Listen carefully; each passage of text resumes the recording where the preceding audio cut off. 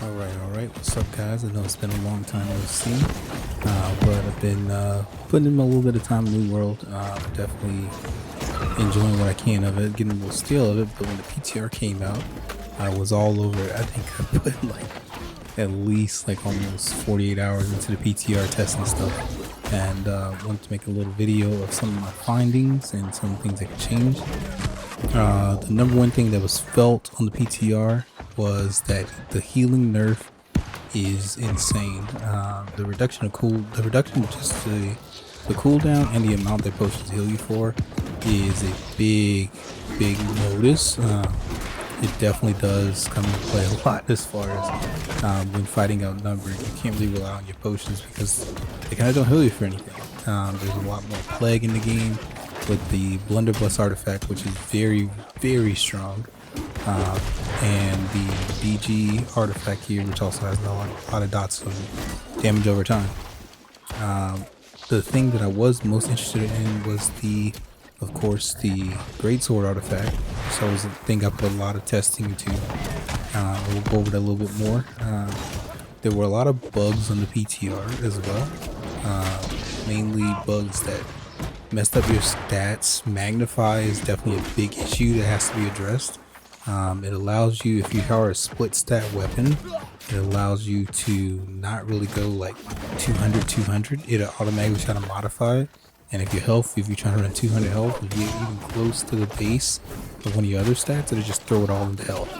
And then also too, sometimes it'll bug out and give you the plus of like dexterity or strength, and then it also too give you the perk bonus in the con as well. But your stats will like flip flop. So sometimes during fights I have grit, sometimes I wouldn't have grit. So it was definitely pretty interesting. But magnify definitely needs to be adjusted. The potion, we already went over the potion nerf. That was really bad. The changes to some of the perks are good. The new ones they added, the grit ward, enchanted ward, they're okay. They require some more testing. I will say from fighting the flail a lot, it does provide a lot of live potential for groups. The main thing that did make my job a little bit harder as a sword and shield greatsword player in medium armor is that I'm mainly trying to go for the backline and go for the healers. Well, with the flail and coming out, the healers are literally in the combos with the boosters. There's a few backline healers that are still using rapier and light staff, they're a little bit easier to fight against, but they are the main the ones keeping the observer alive are in the group. That's a little bit of a danger zone where I can but can't really get into. I have to get in and out very pretty quickly. The flail has a lot of slows. It has a stagger from the arcane smite ability that just happened. It has a lot of things. It's got a toolkit that's very XV1y. Solo, it's not that great, but in a XV1 potential, it can weaken the heck out of you. There's no plague from it, but I mean the blunderbusses are there for them. They can easily apply it with the artifact. The medium dodge feels great, a little floaty on the ending of it with momentum if you keep the key pressed. The heavy dodge got changed as well, but I'll go over, well, let's go ahead and go over it now. I want to return to heavy armor, but you have a little bit more mobility, yes, but it still doesn't feel right unless you're just sword and shield blocking. And for me, where if you're trying to be aggressive, you get punished because you use all your resources to try to clear up that space, and the heavy dodge does bring you a little bit further with that space as well, but I don't know, you just can be more aggressive in medium armor. You can just be way more aggressive because you have the 40 stand cost, and it's not so detrimental to use one or two dodges in order to make that space that you need in order to get closer or to dodge an attack. It's just overall, I think heavy with all the amount of debuffs and armor stripping, the armor value is not really that effective from the testing that I saw in PTR. There's a lot of rends. Heck, the VG artifact lets you rend 30% from the distance. So you're already 30% with one weapon, and they're just shooting into the clock.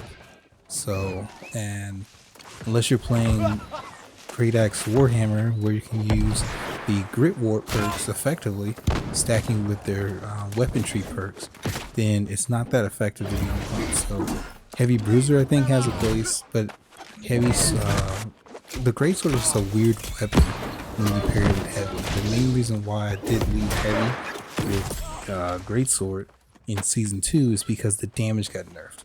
If you don't have the damage to make people back off or at least respect you, then you're just going to get walked over, and it's not a good feeling at all. So in order to compensate for that, I had to hold the medium armor. But we gain more stats and damage, but so does everybody else, so it kind of stays in the same spot. And with greatsword, you have to be able to move in and out, and you can do that with heavy, but not really. It's just not the same. So moving back onto the greatsword artifact Serenity. This is, when I saw this on paper, I was like, okay, yes, this is exactly, this is going to be one of the top 5 artifacts. And for me, it's like number 1. When you go into onslaught stance, every hit that you do after going into onslaught stance gives you a 2% power, stacking up to 10 times. This is great, but requires a little bit of change of my playstyle. You can get the empower, and you can get a lot of empowers actually, because greatsword already has no problem hitting close to the power cap. The main reason why I was looking at this is because I was also looking at the blood drinker, where you do 25% less damage, and then you gain 25% leeching, plus it already has leeching on the ring, so that's 32% leeching just off the night. This is really, really good. I believe greatsword is one of the few weapons that can overpower the curse of the blood drinker ring. With Serenity, you can already get a 20% in power just by hitting enough people. Now people might say, oh well, you don't really get any hits on the greatsword, you just swap to it, use spam your abilities and swap off. For how I play my playstyle, not so much. This was very beneficial because when switching up my skills and dropping crosscut and using skyward slash, the first hit puts you in an onslaught stance, the second one doesn't attack. You can stack up stacks on multiple people. So if you do skyward slash, first hit puts you in an onslaught stance, second hit comes down with the sword. If you hit 2 people, that's already 2 stacks. Then next up, automatically you're going to do a relentless rush in order to use the root from the skill tree upgrade. If you hit enough people, you can easily get up to 8-9 stacks, easy, almost max it out at 10, and then from there keep going. So it was very beneficial to use. The other side of it is that if you are in the defiant stance, every hit that you take, I read it wrong when I first read it, every hit that you take adds a 2% fortify. This is massive when used with Roaring Rupture. Was that one that found, this is the skill I found to best use this. When taking a hit, and multiple hits can proc it. So one auto attack from a blunderbuss, one flurry, one maelstrom counts it twice. It's a lot of things that if they're multiple hits, counts it twice. Another thing too I found out about the greatsword is that the fortify and the empower stay on swap. This was this is pretty funny to run into, because if you are in defiant stance and you take those hits, if you swap to your other weapon, you still have that fortify for that time that it's up. Now I still have an idea of extending that fortify using the fortify perk and dropping health on the amulet. I'll go into a little bit more later. So yeah, that was everything with the greatsword and the setup. And also too, the other artifact I was using in all this gameplay is the Tumbler shoes, which the Shirking heals part wasn't working. The Shirking fortify was working a little bit, but the empower did work.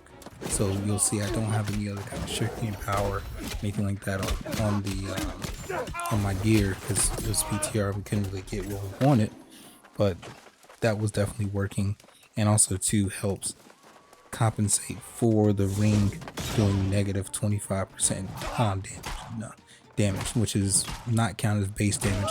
It's basically a 25% weak. Also too, my other combination I would put with this, I would put the ring perk that when you take a potion or any kind of consumable, it gives you a 10% in power, which is great as well, because you can easily blow past that negative effect that's from that ring. So overall, that was really good. The main thing that did come up from this PTR was that the Shirking heals perk, it got changed. I'll throw it up here on the screen now. The Shirking heals perk is you heal for each piece 450 health plus 1.5% of your max health. When getting it to proc on the sword and shield bars without the 50 focus for the extra divine, but having divine on the is around 5100 or 5200, which is great, really great. The only thing is that a lot of people are saying this is overtuned, but a lot of people, especially range damage, they're able to hit easy 5k, even close to 6-7k. The powder burn shots are ticking super hard. I mean, overall for one powder shot, you'll easily take like 10k damage. So I don't think it's overtuned in that aspect. I do think it is going to be kind of a go-to, because if healing pots remain how they were, then that's going to be a bigger issue, and Shirking heals will be mandatory. So that was a was a big eye opener on that. But overall, though, I did try out the Flail with the greatsword. It didn't feel good because I'm one of the few people I think that actually will DPS with somebody down on the sword and shield, and the Flail lacks that instant 1 or 2 hit pop to kind of make people decide if they're going to run or if they're going to stay and fight. It can keep you alive a little bit if you're built for it, and it doesn't really match up with the greatsword's stats and the stats I was running on PTR. Well, we can go ahead and dive into the stats as well. The stat spread that I chose here, mainly because I was running magnified, I ended up liking it a lot more than I thought. The strength tree for all the strength perks, attribute perks, it got gutted. There are not that many good perks that got put into that pool. Very strange. The first like 100 perks are really the best ones. So what I ended up doing was going 111 strength and 300 dexterity for the cleanse at 300, which was actually really good and noticeable. Definitely ended up using it a lot when it did work, although sometimes it will take off a meaningless CC, and you'll use it before and then you won't have it up when you need to, because the main playstyle of greatsword, sword and shield is that usually if you get stunned, you're being aggressive, and you're usually 9 times out of 10 in onslaught stance. You don't want to take another hit in that, so you usually swap weapons. Most of the time when you do that swap, it gets you out of stun, so that's really good for that.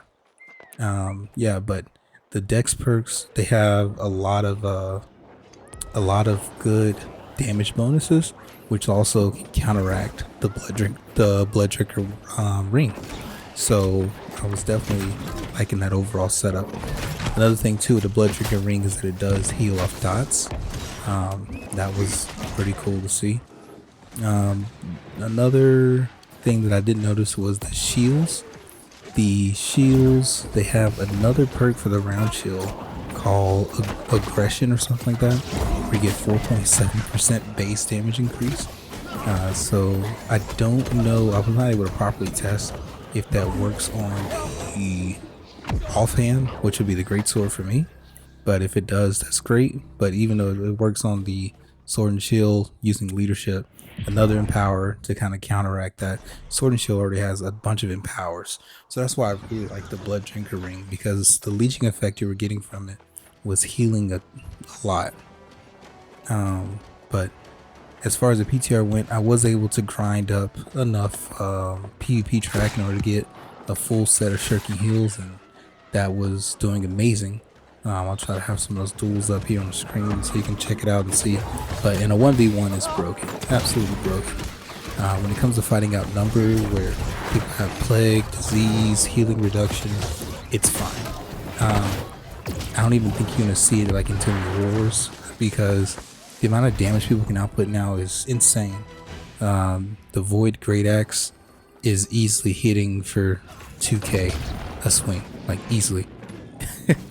It is pretty oppressive, mainly because the int passives are way better than the strength passives, and that last 350 int one where you do 15% more ability damage. I know if they want to have grit, they're not really going to go for that one, but that perk is just insane. And then the fact you can run it with the IG as well, so you have range and good close-up damage. You have a lot of zone control. That's going to be really strong. Another thing that I did notice and run that I would advise everybody, I have to thank Micro for this one, is that Invigorated must have perk. It basically makes it's 75% debuff resistant, which we're using Shirking heals, so it gets rid of poison, exhaust, weaken, which the Flail has a shit ton of weaken. You will almost find yourself damn near at weaken cap all the time. So the Invig definitely must have 5-piece for that. I was also running 5-piece elemental aversion, 4-piece elemental aversion, 1-piece physical aversion that's on the Tumbler boots, and then 4-piece Shirking heals with the Tumbler boots being the last piece as well. And that was a pretty solid setup, and it was working for me very well. The only thing is that it is 200 con with no health perks, so that puts you right around 17,000 health. It is a little bit squishy, but the amount of damage you can do is massive. I definitely think that if everything stays as is, this will be my setup. If not, then we'll have to reevaluate and I'll see what else comes up in the meta. But I think that covered everything with the PTR that I tested, that I went over.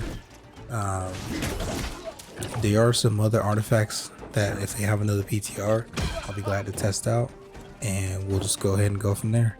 I will have another video going over some of the other artifacts and what I thought about them, but these two, the Tumbler shoes, Blood Drinker ring, and the Serenity, was definitely my setup for how I play, and it was very effective. Alright, take it easy guys, catch you later.